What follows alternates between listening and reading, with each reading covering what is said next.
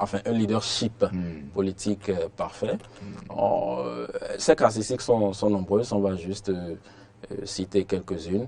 Il faudrait d'abord que le leadership politique africain soit un leadership qui recherche les formes d'organisation qui sont adaptées à nos sociétés, première chose.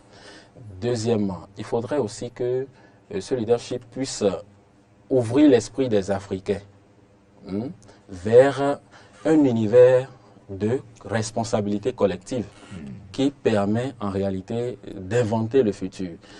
Il faudrait que ce soit un leadership politique africain qui rétablit la confiance entre l'État et le citoyen. Parce qu'on a constaté une crise de confiance entre le citoyen et l'État, déjà même lors des élections.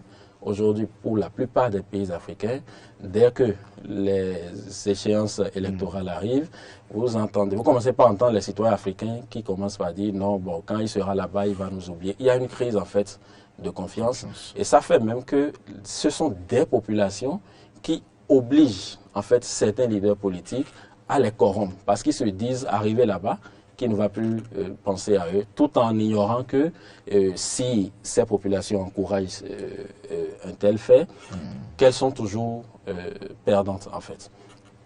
Ce leadership politique africain, qu'on pourrait qualifier de parfait, pourrait être aussi un leadership politique qui démocratise davantage nos sociétés.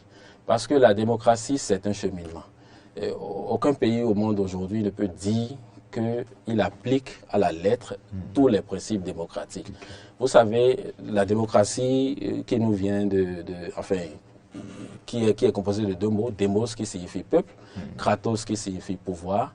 Abraham Lincoln l'avait défini comme la gouvernance du peuple par le peuple, pour le peuple. Mais nous en avons 5 formes. La première forme de démocratie, qui est appelée la démocratie directe, a été appliquée dans la Grèce antique. Et c'est même cette forme-là, c'est de cette forme dont Jean-Jacques Rousseau parlait et disait que c'est la seule forme de démocratie en réalité qui répondait au mieux à l'essence intrinsèque même du mot. En fait, dans cette démocratie, vous avez en fait chaque citoyen qui dispose de la même parcelle de pouvoir. Vous voyez un peu? Donc ensuite, vous avez la démocratie représentative qui est aujourd'hui pratiquée par plusieurs pays. Le Bénin aussi pratique cette démocratie assez facilement. Vous avez également la démocratie libérale qui est aussi pratiquée par le Bénin. Vous avez la démocratie populaire qui est également pratiquée par le Bénin jusqu'à aujourd'hui.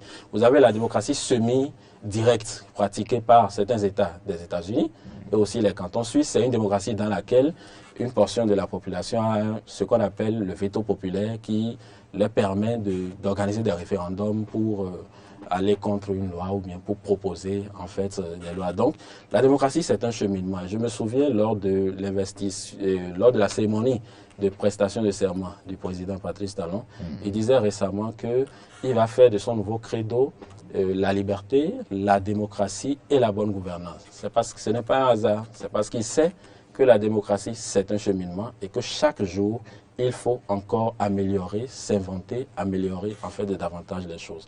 Et donc, pour finir un peu sur ces caractéristiques du leadership politique africain parfait, il faudrait que ce leadership prône la bonne gouvernance, pense beaucoup plus encore au bien-être, pas seulement à la croissance économique. Et je pense que le chef de l'État du Bénin l'avait dit également récemment à sa cérémonie de prestation